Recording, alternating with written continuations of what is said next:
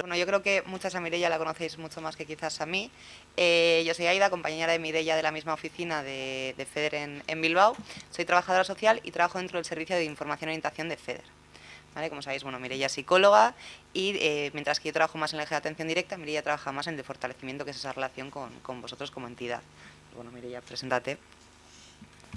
Bueno, pues como ella me ha presentado, soy Mireia. Estoy más involucrada en el eje de fortalecimiento y cohesión, que es en el que se trabaja con vosotros, con las entidades, pero además también trabajo en el eje de atención directa, en el servicio de atención psicológica. Entonces, al final también estuvisteis ayer en la ponencia de Ainhoa y visteis cómo el eje de o sea, los diferentes ejes de atención tienen un impacto en la atención a las familias. Entonces, ¿cómo se conecta el eje de atención directa y el eje de fortalecimiento en la gestión y en la creación de este manual? Pues a través de las consultas que recibimos de nuestro movimiento asociativo.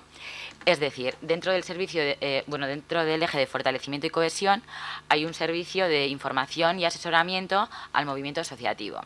Entonces, desde ahí recibimos muchas consultas de trabajadoras y trabajadores sociales de las entidades miembro, los cuales nos trasladan consultas individuales que ellos reciben de las familias.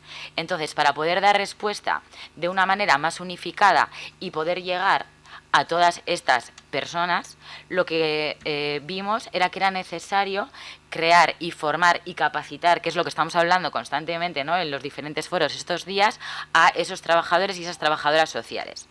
¿Por qué lo hicimos a través de este manual y por qué lo hemos enfocado a los trabajadores y las trabajadoras sociales? Pues porque en el colectivo en el que trabajamos, en el tercer sector, el primer perfil profesional que se contrata es un trabajador social, ¿vale? Entonces, que sepáis que a través de este recurso lo que pretendemos o lo que queremos es dar y dotar herramientas a estos profesionales que atiendan a las familias, ¿vale? Entonces, luego os vamos a dar más información también de todas las acciones que queremos realizar. Sí, o sea, me voy a echar para atrás. Al final del manual sí que en principio lo vais a recibir las entidades, pero lo que decía Mireia es importante o quizás poner en valor que no deja de ser una herramienta de trabajo para el abordaje de casos para los profesionales de las entidades.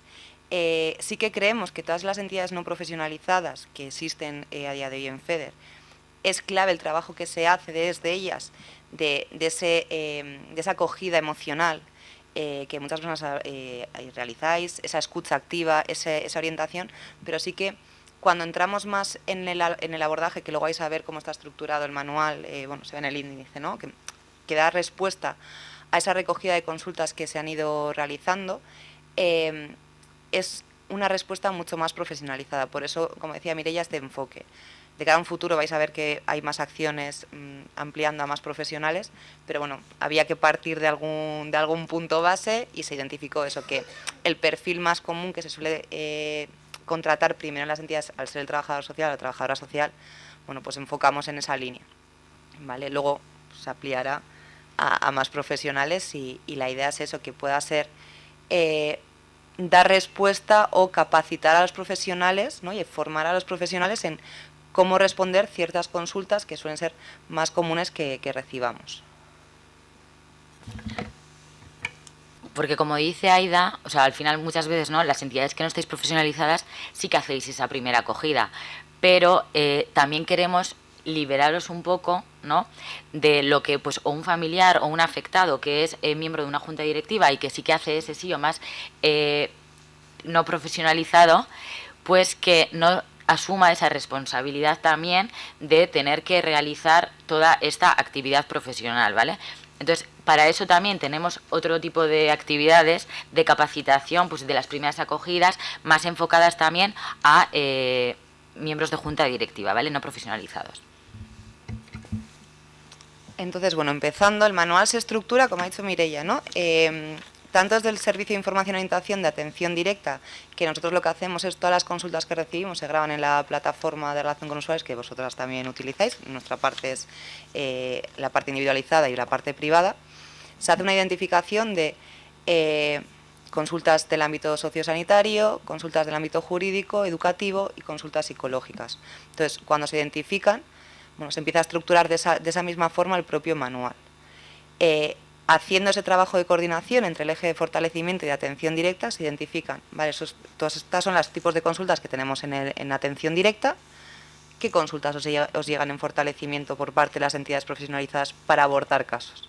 Se hace esa conexión, ese trabajo de coordinación, y es cuando empieza a surgir el manual en el que se empieza, bueno, pues a gestionar vale, vamos a darles las herramientas. Entonces, en el caso de consultas que están relacionadas con la información y orientación, más específicamente en el ámbito sociosanitario, el manual lo que va a recoger es los pasos que hay que dar para dar respuesta a ese tipo de consultas. Siempre lo primero que vais a ver y que se va a repetir en casi todas las casuísticas, lógicamente, es identificar la necesidad, que muchas veces pensamos que es algo sencillo.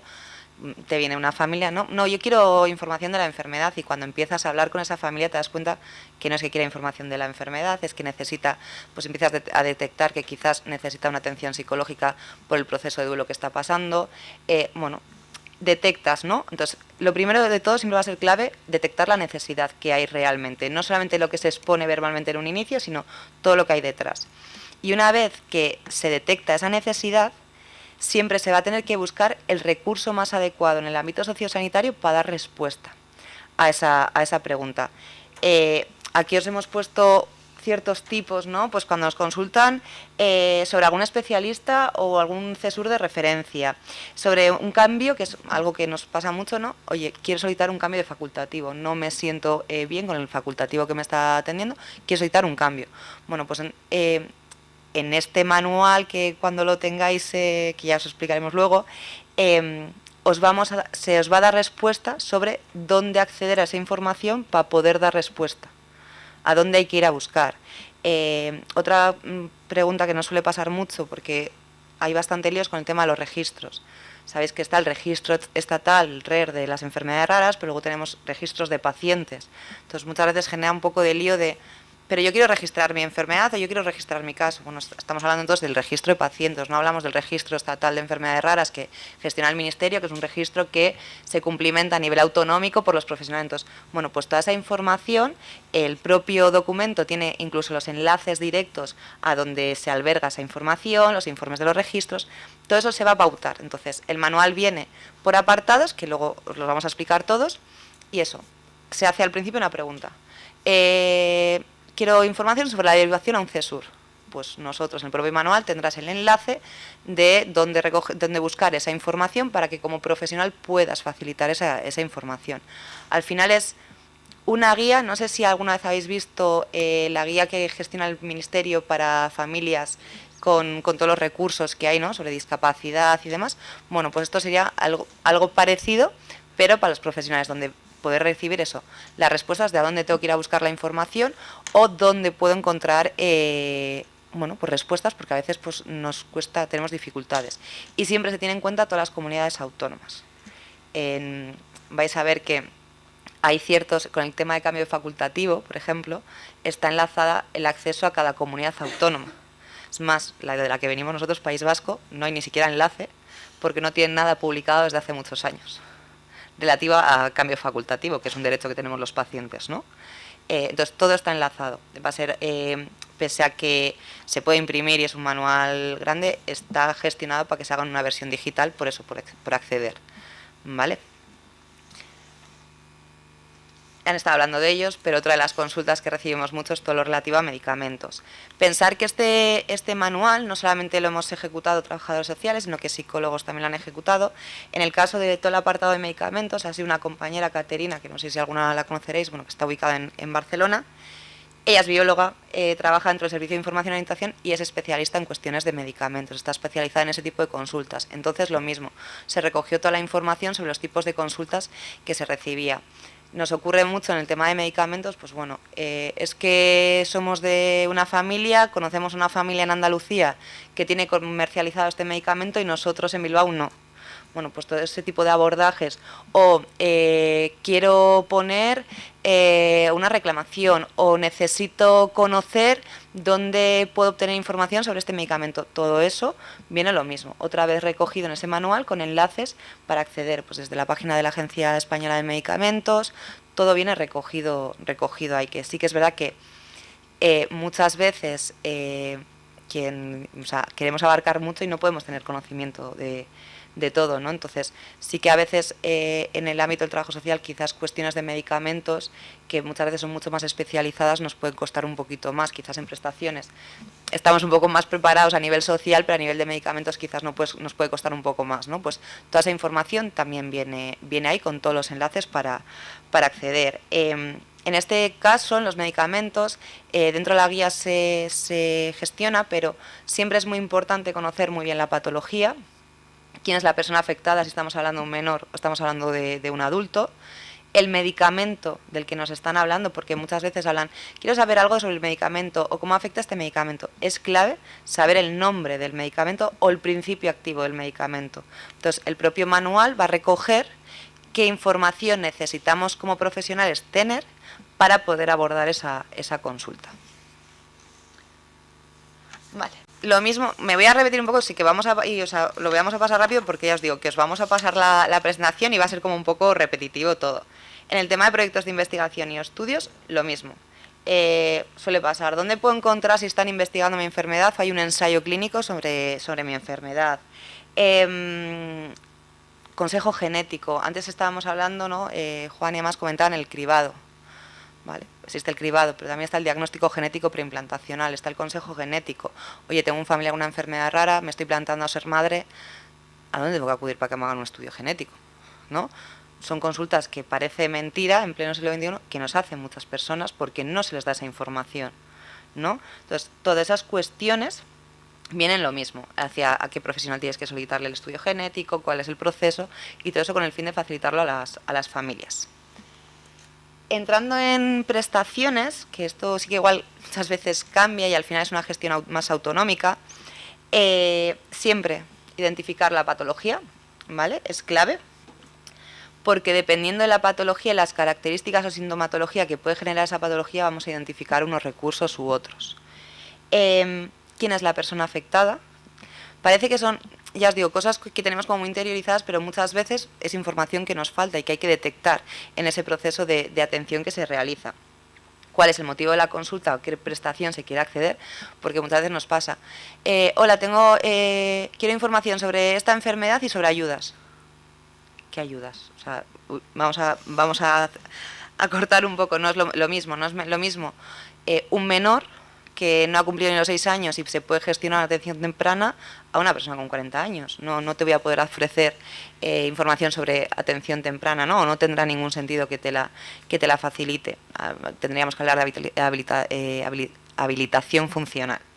Entonces, una vez tenemos toda esa información identificada, entramos a facilitar la información sobre todas las prestaciones existentes. Las que más manejamos y que creo que estaréis familiarizadas son discapacidad, dependencia, en caso de menores de atención temprana, en caso de adultos habilitación funcional, y luego entramos en cuestiones de CUME y también algo que está cada vez solicitándose más por las cuestiones de derivación a CESURES, que cada vez hay más, es el pago de la manutención, desplazamiento y hospedaje en otras comunidades autónomas cuando hay una derivación de un caso a un CESUR, que por desgracia, pues como hablábamos, no y pasan enfermedades raras, todo varía dependiendo del código postal en el que residas. O sea, aquí en País Vasco te cubre ese desplazamiento, esos gastos. Hay otras comunidades autónomas o que no cubre o que gestionan entidades esos desplazamientos. O sea, que allí también hay muchas desigualdades. En el tema de discapacidad, que el propio CERMI encima lo elabora con un informe, también ocurre. No ocurre tanto en la propia prestación, sino en los tiempos de espera. Hay comunidades autónomas con más de 3 años de listas de espera y otras comunidades con 6 meses. ¿No? Pues como lo que hablábamos, se está creando normativa, la ley ELA, que busca agilizar el proceso en ciertas patologías, con cierta sintomatología, pero hay que trabajar mucho más en ello. No puede ser que una persona tenga que esperar 3 años para recibir la valoración de la discapacidad. O sea que muchas veces no es ni la resolución, muchas veces directamente es que te den una cita para valorarte, ¿no? Y te dejo, Mireia. Vale, pues la orientación sobre atención psicológica. Como os hemos dicho, dentro de FEDER tenemos un servicio de atención psicológica. ¿Por qué? Porque al final el proceso de enfermedad o el proceso de búsqueda de diagnóstico lleva implícito también una parte muy emocional. O sea, no podemos entender a la persona solo como un cuerpo, sino que también las emociones, las vivencias de cada uno de nosotros hacen que eso pues lleve unos aspectos emocionales que necesitamos trabajar. Al final también la especificidad que tienen las enfermedades raras, o sea, la dispersión geográfica, ¿no? El aislamiento, el sentirte solo, el desconocimiento, pues al final conllevan también un impacto emocional, tanto en la familia como en la persona que lo padece. O sea, al final es un proceso de duelo que la persona tiene que pasar. Entonces, desde el Servicio de Atención Psicológica de FEDER, trabajamos con las personas afectadas o con las familias, siempre población adulta, ¿vale?, en el manejo de su estado emocional. Es en un momento puntual en el cual la persona pueda necesitar de esa intervención en aspectos más psicológicos. Vosotros, ¿no?, como profesionales o como miembros de junta directiva, que sí que hacéis esas acogidas a las familias, en muchas ocasiones podéis identificar pues cierta desesperanza, situaciones de indefensión, donde la persona puede referir pues ansiedad, incapacidad para conciliar el sueño, perdón. Entonces, en ese momento también sois vosotros las que hacéis esa identificación de la necesidad que pueda tener esa familia. En ese momento, vosotras y vosotros podéis plantearle a la persona si quiere recibir o si considera que necesita de atención psicológica, y ahí empezaría el trabajo en la búsqueda de los recursos. Es decir, hay veces que el motivo de consulta sí está relacionado con el proceso de salud, con la enfermedad rara o con el proceso diagnóstico, y entonces ahí lo tenéis, o sea, se tiene que redirigir esa atención hacia recursos específicos del manejo del proceso, ¿vale? Entonces, en ese momento, las entidades que no disponéis de un servicio de atención psicológica podéis orientar a la persona a que contacte con nuestro servicio de atención psicológica, y desde ahí le haríamos una acogida, una valoración del caso y realizaríamos esa intervención. Eso a nivel individual. Cuando recibimos un caso, o cuando vosotras podáis recibir un caso e identifiquéis que esa entidad sí dispone de un servicio de atención psicológica, pues por ejemplo puede ser fibrosis quística, el recurso específico es la asociación, porque la especificidad está ahí, en esa asociación. Nosotros al final es a nivel general, generalistas, ¿vale? Y cuando la persona refiere otro tipo de consulta que nada tenga que ver con el motivo de salud, o sea, con el proceso de salud o proceso diagnóstico, ahí lo tenéis que redirigir al Sistema Nacional de Salud. Vais a ir viendo como también dentro de la guía os vamos dando diferentes estrategias para que podáis derivar a las personas a los recursos que puedan necesitar, siempre y cuando también además manejando muy mucho las expectativas que esa persona puede tener, ¿no? Porque al final la persona también muchas veces llega con unas expectativas muy altas, y también hay que ajustarlas para que esa indefensión o esa frustración que lleva trayendo en su mochila por las diferentes experiencias que ha llevado viviendo, pues también bajen un poco y se acomoden a lo que esa persona pueda necesitar, y la intervención también sea mucho más positiva. Esto a nivel individual. También puede llegar el momento en el que la persona diga que no quiere recibir ningún tipo de ayuda psicológica, y hay que respetarlo también. O sea, no podemos ser invasivos pese a que nosotras consideremos que esa persona lo puede necesitar y le puede venir bien. O sea, al final también cada persona necesita su proceso, tiene que vivir su proceso, y hasta que no estás quizás preparado o no lo ves, si no, la intervención no sirve de nada, ¿vale? Eso a nivel individual. Pero también nosotras trabajamos a nivel grupal, ¿vale? Realizamos talleres psicoeducativos, pero también hacemos grupos de ayuda mutua, ¿vale? Dentro de esos grupos de ayuda mutua son espacios seguros donde las familias o afectados, o incluso a veces tanto familiares como afectados, cohesionan y comparten sus experiencias y sus vivencias durante sesiones. Las sesiones suelen ser de 2 horas de duración mensuales, y suelen ser de 6 a 8 sesiones. O 4, ¿vale? Vamos viendo también un poco las necesidades que las personas tengan en esos momentos. Entonces, los grupos de ayuda mutua, nosotras, dentro de FEDER, los realizamos las técnicos del Servicio de Atención Psicológica, pero también hay una formación de conducción en grupos que cualquier profesional puede participar en esta capacitación para luego dirigir y llevar a cabo esos grupos de ayuda mutua en la propia entidad. Y en otras ocasiones, las personas que han participado ya en un grupo de ayuda mutua son formadas y siguen autogestionando ese grupo de ayuda mutua, ¿vale? Entonces, también que identifiquéis mucho eso, porque hay veces que quizás una persona sí que tenga más esas herramientas de poder dirigir un grupo de ayuda mutua dentro de la propia entidad, pues una madre o con un afectado, y que pueda participar en estas acciones para luego desarrollarlas, ¿vale? Y luego también un motivo de consulta que muchas veces nos pedís es cuando realizáis jornadas, ¿no?, la participación de un psicólogo o una psicóloga. Aquí nosotras lo que intentamos también es capacitaros y empoderaros a la hora de crear alianzas con diferentes profesionales del ámbito de la psicología, y que las enfermedades raras también tengan lugar, y que las profesionales de los diferentes colegios oficiales de psicólogos puedan empezar a trabajar y abordar. Entonces, aquí un recurso muy positivo es el ponernos en contacto con los diferentes colegios oficiales de psicólogos, y que ellos también puedan abordar diferentes cuestiones, ¿vale? Sí, luego reforzando también algo que ha dicho Mireia, en la propia guía a veces va a ocurrir que ante un tipo de consulta que pueda aparecer, vais a ver que se facilita el contacto de FEDER como respuesta.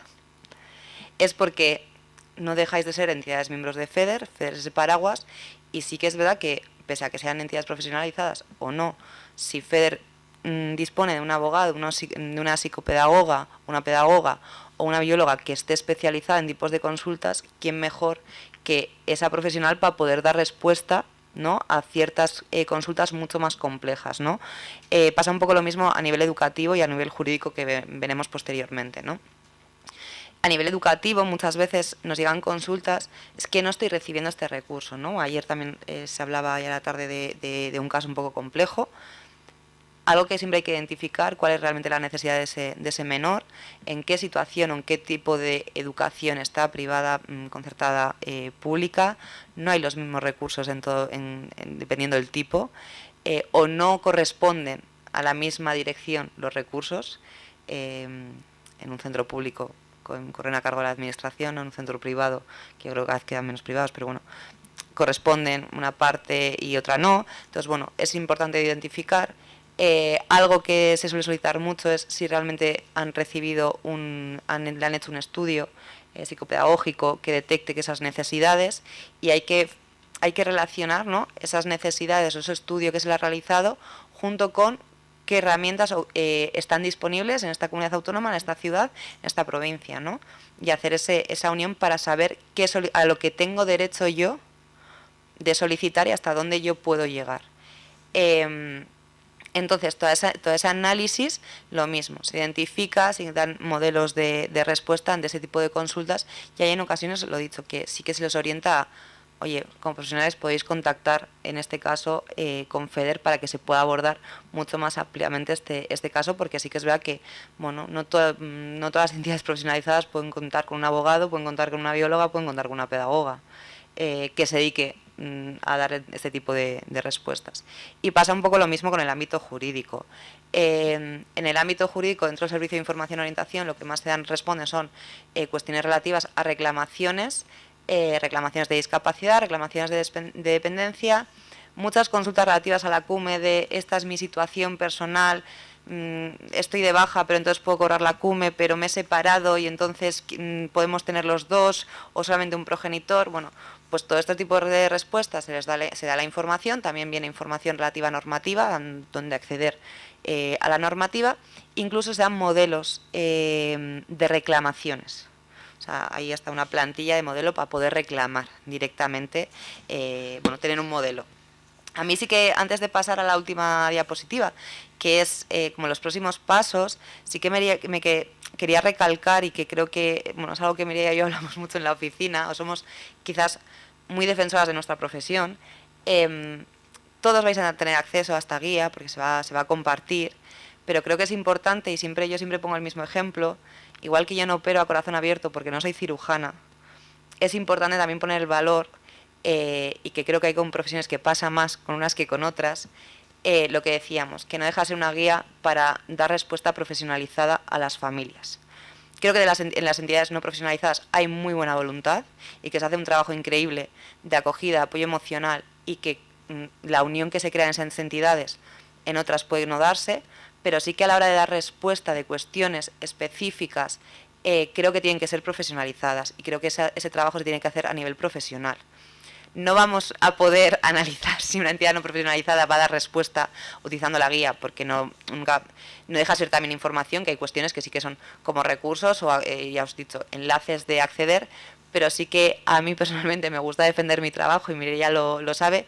Yo no hago atención psicológica porque no soy psicóloga, Mireia no atiende como trabajadora social porque tampoco lo es, ¿no? Entonces sí que me gusta poner en valor eso, porque quizás eso, con una operación a corazón abierto de un cirujano, a ninguna se nos ocurriría operar porque no somos cirujanas, pero muchas veces pecamos, ¿no?, de esa intromisión en otros tipos de profesiones.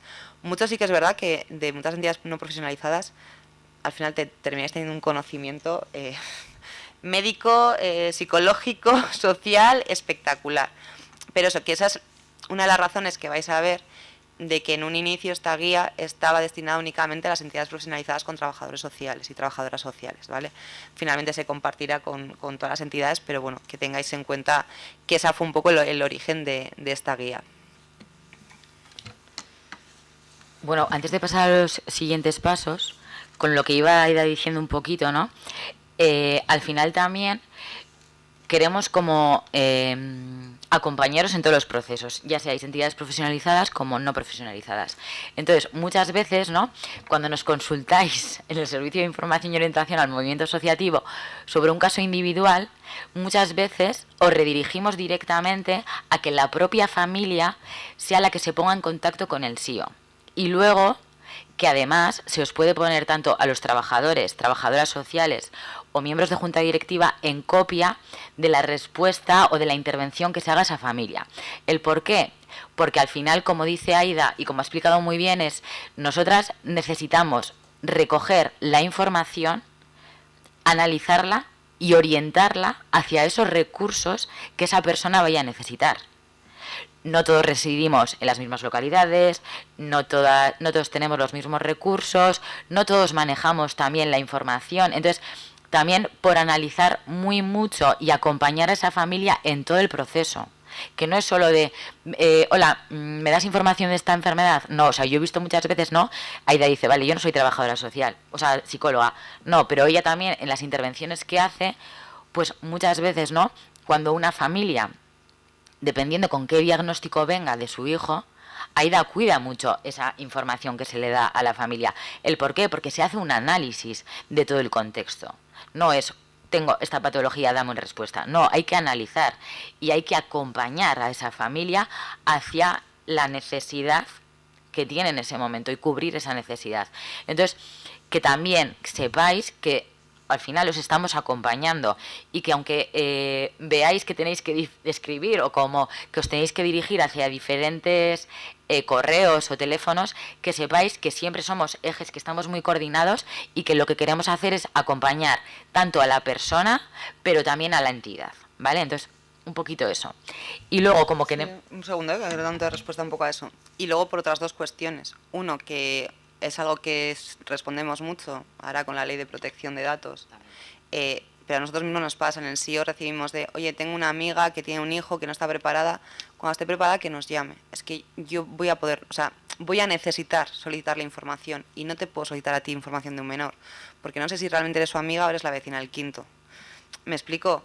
Y al final es muy importante proteger los datos de todas las personas afectadas, de sus familiares, porque voy a requerir más información. Entonces eso es clave. Y luego, para que veáis esa coordinación que dice Mireia que existe, hasta qué nivel llega, a mí me pasó en el servicio, ¿no?, yo trabajando, me llegaron 5 o 6 correos electrónicos de miembros de una misma entidad, miembro de FEDER, ¿no?, solicitándome un certificado.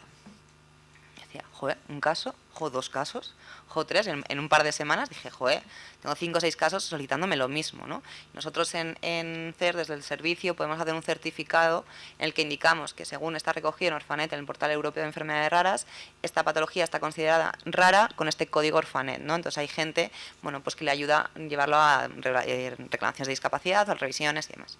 Entonces hablé con Mireia y digo, oye Mireia, yo justamente en las reuniones de coordinación de los 2 ejes no participo, ¿no? Pero como estamos en la misma piscina, hablemos con Estrella también, que es la responsable del servicio y del eje, nos juntamos las 3 y dije, oye, mira, que sepáis que está pasando esto, que hay todas estas personas, esta entidad, que están solicitando este certificado, y hablándolo, dijo, mire, ya, perfecto, hablo yo con la entidad y les vamos a dar el modelo de certificado para que ellas directamente lo puedan ejecutar si lo necesitan, porque realmente se está viendo que hay esa necesidad en esa entidad o que les está ocurriendo a muchas personas. Entonces vamos a capacitar a esa entidad dándoles el propio modelo para que desde la propia entidad directamente se lo puedan hacer y no sea necesario como ese paso adicional que pueda ser contactar con FEDER. ¿Por qué? Porque se ha detectado que hay una necesidad de varias personas. Entonces realmente esa es la clave también de esa coordinación, que esto es lo que busca. Las entidades no profesionalizadas, en el fondo estáis profesionalizadas a través de FEDER. Formáis parte de FEDER y estáis profesionalizadas, o sea, se os capacita en muchos aspectos. Y luego lo he dicho, pueden contactar con nosotros las familias, porque se les va a dar respuesta, y lo que decía Mireia, y siempre que lo necesitéis, se va a poner en copia al miembro de junta directiva que corresponda.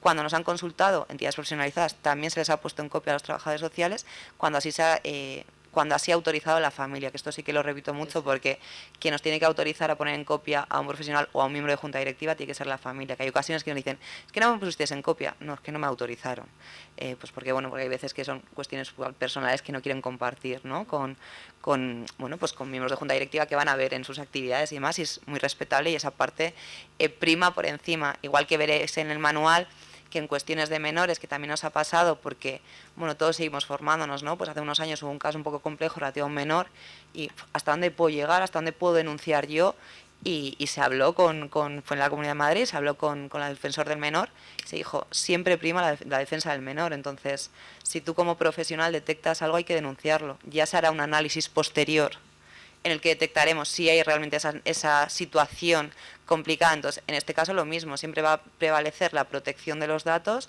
y la intimidad en ese aspecto, ¿no? Pero que es muy importante que valoréis eso, que es para dar respuesta en caso de no estéis profesionalizadas, también os podemos apoyar, y que siempre va a haber también esa necesidad de, o lo mismo, Mireia, pues me han hecho tantas preguntas, ¿por qué no se valora un taller? ¿No? Desde yo te hago la propuesta y desde fortalecimiento luego se analiza, se valora, claro, ellos trabajan directamente con vosotros, con las entidades. Oye, me han llegado muchas consultas, pues nos pasó, ¿no? Que yo estuve aquí presentando un proyecto de género y nos pasó, nos llegan muchas consultas relativas a asesoramiento genético. Vamos a hacer un taller de asesoramiento genético. Pues luego fuimos a presentar, y entidades, oye, ¿por qué no se hace? Bueno, pues traslado la petición a mis compañeras de fortalecimiento, oye, que sepáis que hay varias entidades interesadas en este taller, valorarlo. El equipo valora y hace, ¿no?, su propia planificación, pero es muy estrecha la coordinación que hay entre estos 2 ejes, y también con el de, como estuvo ayer Ainhoa, con el de transformación social, ¿no? Todas estas consultas que nos llegan no dejan de ser necesidades existentes que hay, y es clave que en transformación social tengan ese feedback de cuáles son las necesidades existentes que hay, porque es lo que tenemos que defender con la administración pública. O sea, es una cadena. Yo te diría que los 2 quizás con los que menos relación tenemos, pero por una cuestión técnica, sostenibilidad y funcionamiento eficaz, pero porque son cuestiones más internas, ¿no?, de la propia organización como tal. Entonces, es muy estrecho el trabajo entre los 3 ejes. Sí. Vale, pues para seguir acompañando a los profesionales del ámbito del trabajo social de nuestras entidades miembro, hemos querido hacer como un pasito más, ¿no? Que esto no se quede solo en un manual de gestión de casos, ¿no? Al final también muchas veces hemos identificado, bueno, y hablando o en talleres y en grupos, ¿no?, que al final, claro, estamos cada uno en una punta del ámbito nacional, ¿no? Uno en Sevilla, el otro en Madrid y el otro en Cuenca, y claro, como profesional, muchas veces los trabajadores sociales de las asociaciones están solos y muchas veces necesitan también pues compartir casos, reforzar las decisiones que se toman, ¿no? Entonces, para dar un pasito más allá, lo que queremos hacer es unos grupos de ayuda mutua de coordinación de casos complejos, ¿vale? Los requisitos para participar en este grupo de ayuda mutua, claro, tenemos que empezar por algo, ¿no? No podemos entrar todos ahí. Entonces, los requisitos para participar en esta coordinación de casos complejos sería el haber participado en la formación que se hizo del webinar o en esta de la EFE, luego el inscribirse a través de un formulario y haber dominado o manejado un poquito el manual y el ver recogido que ahí no responde la consulta que tú necesitas compartir con tus compañeros, ¿vale? Sería como un poquito de supervisión de casos que al final todos lo necesitamos. Eso es lo que entonces se hará desde el equipo, desde el grupo de trabajo que va a gestionar todo esto. Se hará un análisis de esos casos. Se pueden recibir, bueno, todo esto se va a cerrar 10 días antes de la fecha, o sea, va a haber unos plazos, ¿no? Siempre, para analizar ese caso, siempre que haya alguna cuestión urgente, posiblemente se les indique que contacten directamente con FER para abordar ese caso, dada la urgencia que puedan responder, sobre todo quizás en casos jurídicos que hay plazos no establecidos, entonces muchas veces ocurre, ¿no? Yo a mi pobre compañero Paco, si no estoy, urgente Paco, tienen 3 días, les quedan 3 días, o sea, y es como prioridad absoluta hacia este caso, ¿no? Entonces se va a analizar ese caso y dependiendo del análisis o la petición o la consulta que haya en ese caso, van a intervenir distintos profesionales. Siempre va a haber una trabajadora social que pueda hacer ese seguimiento de todos los casos, pero si hablamos de una cuestión de medicamentos, pues lo dicho, entrará nuestra compañera Caterina. Si hablamos de una cuestión psicológica, entrará una psicóloga. O sea, va a entrar un profesional especializado en poder abordar esa cuestión. Lo que ha dicho Mireia es importante porque la clave es que se pueda utilizar el manual y capacitar en ellos. Entonces, aquellos casos en los que identifiquemos de esta respuesta viene directamente muy bien explicada en el manual, se les remitirá otra vez allí. Algo que sí que comentamos la otra vez, cuando presentamos este manual en el webinar, esto es un documento vivo. La idea es que este manual cada X tiempo se va a tener que ir actualizando, la normativa cambia, bueno, se va actualizando, pueden surgir a raíz de también de estos grupos consultas nuevas que quizás no habíamos identificado, pues bueno, se va a dar respuesta y se incluirán. Entonces, bueno, que sepáis que eso va a ser un documento que va a estar vivo y que va a seguir actualizándose. Y por nuestra parte hemos terminado. Sí que os decimos que el manual no sabemos cuándo lo vamos a poder publicar, o sea, está elaborado ya y está finalizado. El problema, pues bueno, se está registrando en la propiedad intelectual, ¿vale? El propio manual, entonces, bueno, es un proceso administrativo que implica un tiempo, se nos ha dilatado un poco más el tiempo de lo que pensábamos, han llegado requerimientos, entonces, bueno, estamos un poco a la espera de que ya finalmente esté registrado para poderlo compartir, ¿vale? Se os compartirá, desconozco si por el boletín o por un email concreto y específico directamente a todas las entidades, ¿vale? Y ese es un poco el planteamiento que hay de este proyecto. Y no sé si tenéis dudas, alguna cuestión.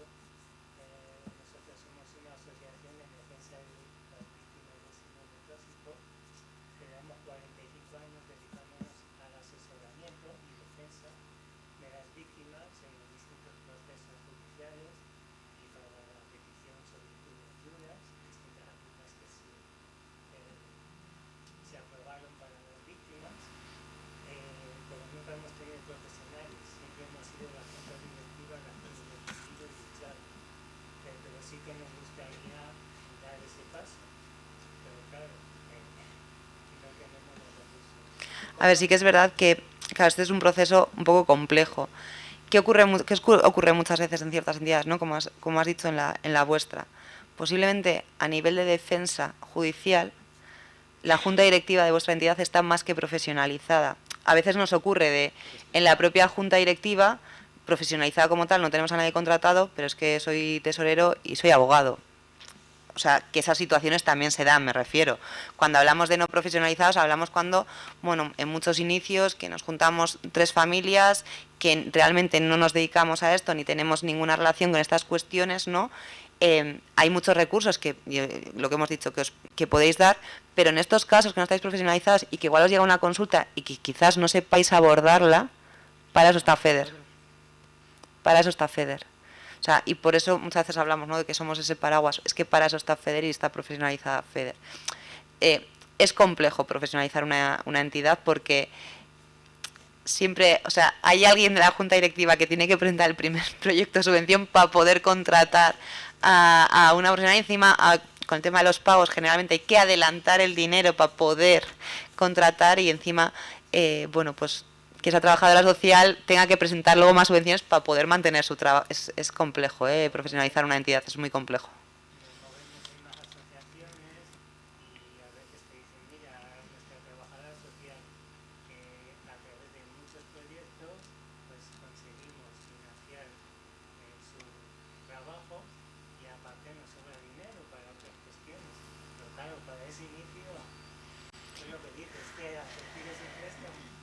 Es complejo. Yo sé de entidades que desde que han empezado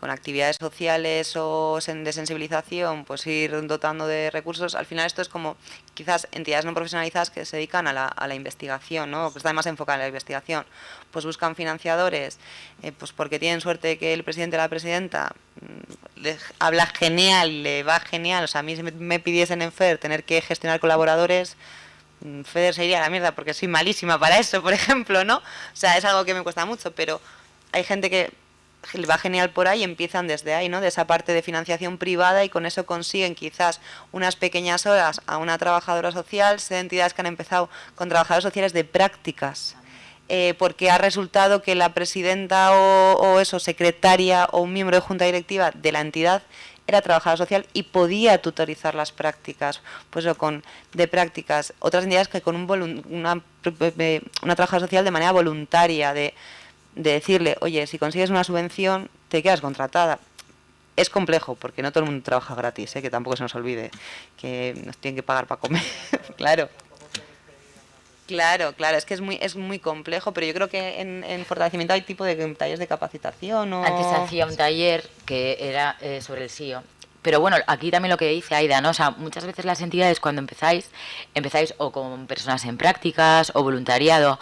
Ahí lo que es importante es que ese SIO que vosotros... porque al final, vale, es un servicio de información y orientación, no está profesionalizado, ¿vale? Pero si ya contratáis a una trabajadora social o tenéis la oportunidad de tener una trabajadora social, esa persona no se tiene que dedicar únicamente a la acogida de las familias, sino que también se tiene que dedicar en esa búsqueda de recursos para la sostenibilidad de la entidad. Y luego, a través de registrar ese trabajo que se va realizando dentro de la asociación, es lo que luego se puede presentar a los proyectos para justificar la necesidad y el trabajo que tiene esa persona. Y entonces ahí comenzaría esa rueda de trabajo y de poder seguir manteniendo a esa trabajadora social, por ejemplo, pues más horas y aumentándola. Sí, o sea, lo que ha dicho Mireia. Luego nosotros, es importante que aquellas entidades no profesionalizadas que recojáis la información. Nos pasó en el taller que dice Mireia, que estuvimos justo las dos, que también fue un poco la base de la creación de este manual, ¿no? Pues nos decían, yo me siento sola, estoy sola, y llega un momento que dices, no hablas con nadie, como quien dice, ¿no? Pues que podamos ser un equipo en FEDER también, junto con FEDER, de poder abordar estos casos, ¿no? Y algo que hablábamos mucho, porque salió en la creación de un SIO, y que hay SIOs profesionalizados, como puede ser el de FEDER, y otros que no, y ya no son de profesionalizados, sino protocolarizados, que creo que es la base en un servicio, y procedimentados. La importancia de la recogida de información, que luego aquí surgió un debate, ¿no?, del tema de la ley de protección de datos, de yo cojo mi cuaderno y me apunto el caso, o yo cojo un Excel.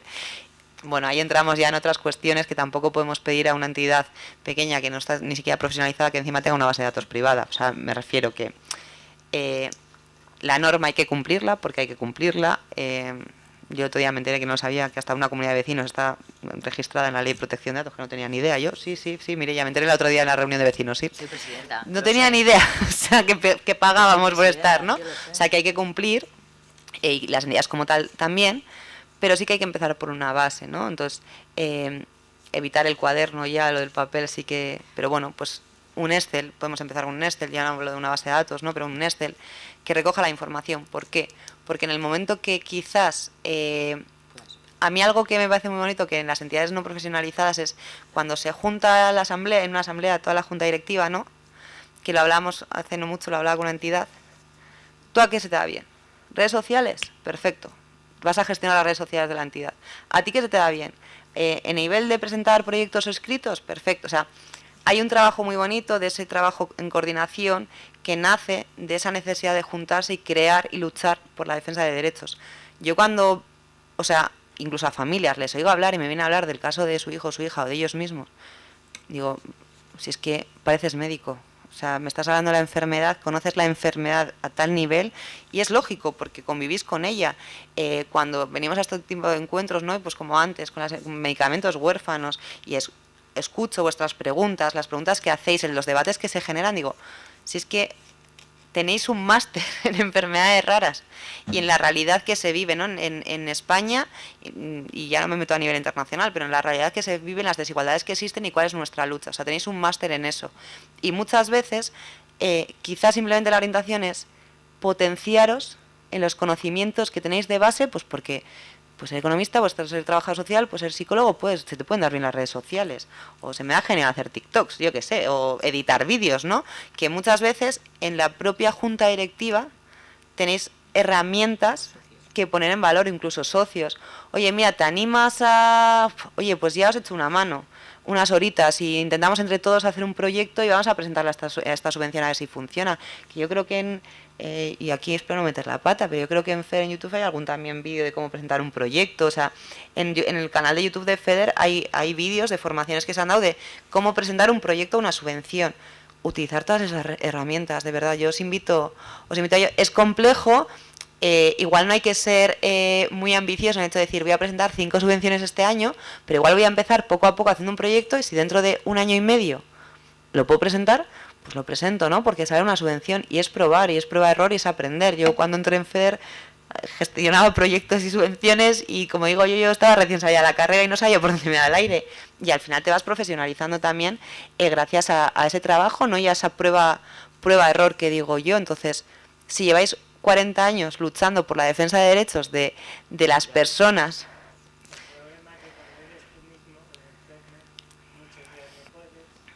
Pues digo que muchas veces no sé qué ser ambicioso en decir para allá, sino, bueno, voy a empezar poco a poco. Y si hoy no puedo, no puedo. Ya quizás podré mañana, ¿no? Y si mañana puedo escribir una página más, es una página más que he escrito, ¿no? Sí.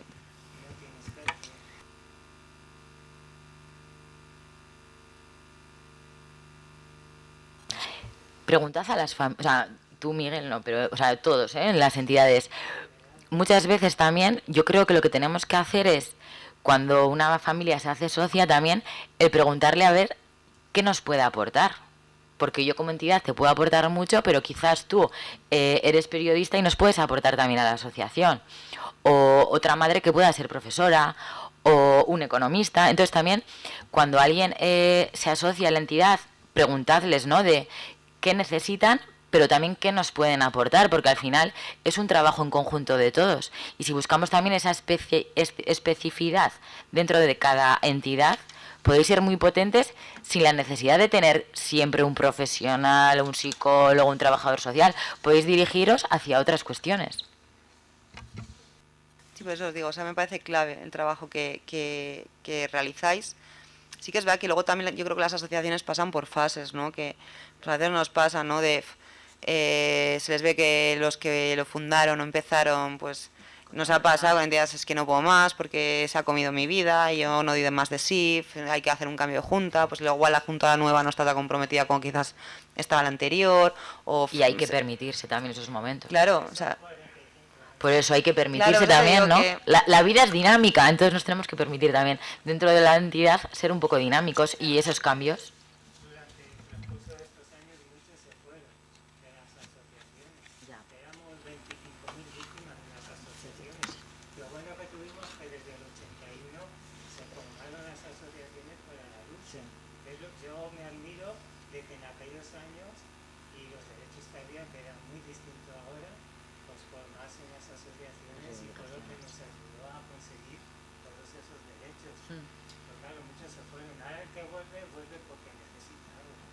Porque claro, hay que entender, es un proceso de muchos años. La gente llegó un momento que lo que quería era olvidarse de la enfermedad y el que pudo, pues hizo su vida y se salió de todo. Y ahora que viene, pues es porque está peor, porque no puede aportar nada o muy poco. Todos tenemos derechos, pagar 10-15 euros de cuota anual, porque si pones más encima se van o no vienen, y derechos, como estoy en la asociación tengo derecho a que me resuelvas esto, lo otro. A ver, es muy complejo y nosotros algo también sí que es verdad que es algo que en muchas ocasiones decimos, ¿no? Nosotros desde el Servicio de Información y Orientación, siempre que hay una entidad de referencia específica a la patología, siempre os la vamos a dar, ¿no? Porque creemos mucho en el trabajo que se hace desde las entidades, ¿no? Y alguna vez nos ha pasado, no es que me cobran una cuota. Ya, claro que te cobran una cuota, pero es que los profesionales hay que pagarles, o sea, es que el trabajo no es gratis, o aunque no haya profesionales, me refiero, es que resulta que esta entidad tiene un convenio con un servicio de atención psicológica o con un fisio, entonces lo que cobras de cuota más lo que vas a pagar de cuota del fisio no cubre lo que pagarías si no fueses, o sea, las entidades tienen que sobrevivir también, o sea, si se hace un encuentro, o sea, muchas veces quizás no somos conscientes, ¿no?, de lo que conlleva crear una asociación, que una asociación funcione, que una entidad funcione, que una entidad se desarrolle, que una entidad siga adelante, ¿no?, y siga haciendo actividades. No, mira, es que si queremos hacer un encuentro de familias, no es gratis el encuentro, o si tenemos que vernos o querer hacer una actividad de ocio que es tan importante, pues eso, hay que cubrir esas cuestiones, ¿no? Entonces, nosotros también reforzamos muchas veces a nivel individual esas cuestiones de decir, no, o sea, claro, por eso os digo. Entonces, yo sí que te digo Eso que es. cualquier duda que os surja o cualquier caso, oye, contactáis con nosotros sin problema. O sea, hemos dejado el correo electrónico de asociaciones y sin O problema, ¿vale? plataforma, por favor. Por la plataforma también, por favor, que luego me echan la bronca. ¿Tenéis alguna pregunta más?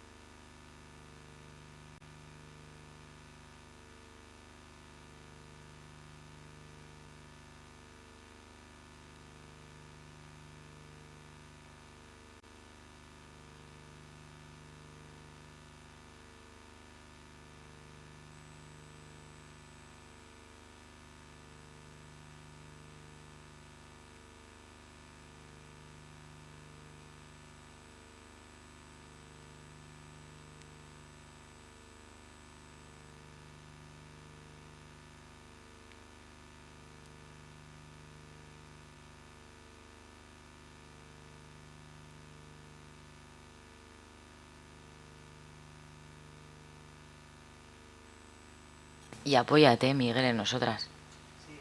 Ya sabes que sí.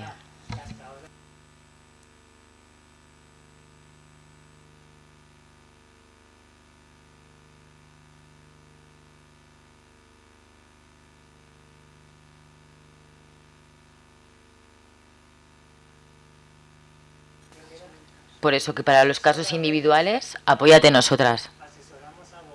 Por eso.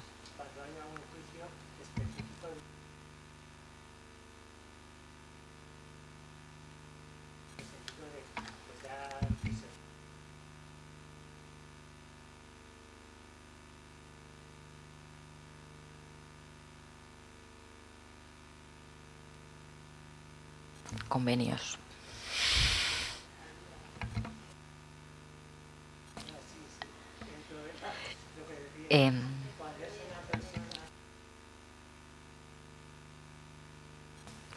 Perdonad, ¿eh? Sí, es que nos tenemos que ir a nos coger un queremos autobús. interrumpir, pero a la 1:30 nos tenemos que ir, que tenemos que coger un Y queda 10 autobús, minutos ¿vale? y creo que hay un par de preguntas o comentarios más. Quería decirle a Miguel que yo soy trabajadora social y yo empezaba en una asociación.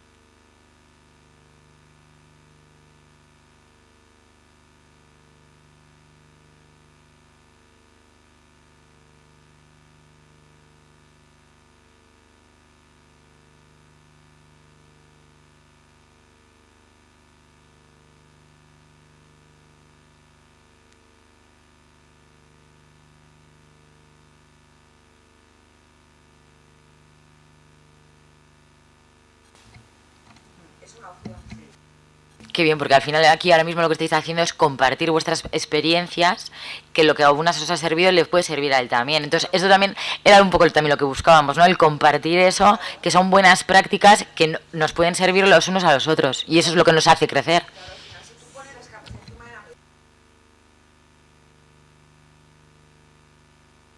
No, y lo que han comentado, también hay muchos trabajadores sociales que ya trabajan de te puedo ejecutar un proyecto y me pagas por este proyecto. Claro, pues depende de la subvención, pues me pagas un tanto por ciento de esa subvención colectiva. O también sí. interesa muchas veces cuando salen de la carrera que no tienen experiencia y cogen Total, esa experiencia claro. para poder... Eso Sí. Es Y que así comenzar empezamos. desde los colegios O oficiales incluso también activismo consultar. Muchas veces te lleva a eso. Claro. Sí. No sé si por aquí antes había. Yo solo te quería hacer que cuando has dicho lo de la CUME, Sí. ¿os habéis puesto en contacto con la asociación? Sí. Sí, es más, actualmente estamos en una situación, que esto os lo adelanto ya. Son de vuestra tierra, la vicepresidenta. Sí. Actualmente estamos temporalmente sin abogado, ¿vale? O sea que el compañero está de permiso, entonces derivamos directamente a la propia asociación. Sí. Sí. Sí, por eso le he dicho. Les sí, damos el contacto de la asociación. Sí. Sí. Siempre que haya una entidad de referencia, incluso de CUME. Cuando has dicho los papeles a rellenar, ellos tienen su formulario y todo. Sí, o sea, sí que hablaba más de que hay un modelo de reclamación de discapacidad pero sí que en la CUME, claro, en muchas ocasiones, cuando hablamos de reclamación o ciertas consultas jurídicas, Paco hace quizás, que es nuestro compañero, Juan Francisco, hace como ese primer filtrado o análisis, ¿no? del caso y da la respuesta directamente. Ahora mismo que no está él, sí que se está directamente derivando a la propia entidad, pues porque no somos abogadas y no somos especialistas tampoco en ello, pero que sepa, mi compañero también daba el contacto. Sí que hacía ese primer filtrado de información, les facilitaba ese primer bloque de información, pero luego siempre se les da el contacto, sí. Y yo, una pregunta, en cuestión de la acogida, ¿vosotros qué recomendáis? ¿Que solo sea la terapeuta o el equipo entero? Dependiendo del momento de la persona. Claro. O sea, al final también en la acogida, tú imagínate, ¿no? Dependiendo cómo llegues, verte con mucha 4 gente. personas, no. Yo creo que la acogida es mejor hacerla de Individual. tú a tú, Sí. luego ya tú te coordinas con el equipo multidisciplinar que tú tienes y entonces ahí hacéis esa intervención que esa familia pueda necesitar. Pero si no, al final es como muy invasivo, o sea, al final te sientes como otra vez lo que decíais antes, ¿no? Eso es, evaluada y Sí, es analizada, mucho mejor no es esa sencillo. intervención individual. personal y después Eso es. de lo que valore la terapeuta. Eso es. Es más, Eso o sea, es. nosotros, por ejemplo, claro, Aida y yo estamos en la misma oficina. Entonces, muchas veces cuando Aida hace ese SIO y les informa sobre el servicio de atención psicológica, hay veces que lo hace a la familia sola y hay otras veces que, por ejemplo, me dice, ¿puedes entrar? Y a la inversa igual. Sí, sí, en esa parte sí que nos coordinamos cuando se valora lo mismo. Mireia está haciendo una intervención psicológica, surge una cuestión social y me dice, pues pasa un momento, oye, está pasando esto, ven, pues dame la información, no te preocupes, lo miro. Pero sí que esa acogida individual sí que es clave. Bueno, y luego hablamos... Ay, perdón. No, no, sí, sí. Que luego estamos hablando de eso, de que Aida y yo estamos en la misma oficina, pero que lo hacemos así con todas las compañeras, ¿eh? O sea, porque al final trabajamos en todo el territorio nacional, entonces cuando entra también un caso en las acogidas de atención psicológica, si viene ese caso derivado por una compañera del SIO, nos ponemos en contacto con el SIO. O si el SIO detecta... O nosotras detectamos que la familia tiene una necesidad que debe ser trabajada desde el SIO, nos coordinamos con la compañera y además a la familia directamente la redirigimos al SIO y no somos nosotras las que damos esa información. Para mí una clave es que no podemos reclamarle a la administración un trabajo multidisciplinar y una atención integral si luego en las propias entidades trabajamos de manera individualizada. O sea, yo es algo que en el equipo lo tenemos clarísimo, Estrella, que es nuestra responsable, lo tiene clarísimo, trabajamos de manera en una atención integral y de manera coordinada. Es decir, a nosotros nos ha pasado, porque antes, bueno, hicimos una formación en crisis, pero a mí me pasó, mira, todavía no estaba ni en FER, ¿no? De una atención telefónica, yo no llevaba tantos años y era un caso de ideación suicida. Para mí fue clave tener al equipo de psicólogas. Ahora tenemos un protocolo, nos hemos formado, o sea, me refiero, todo vamos mejorando, ¿no?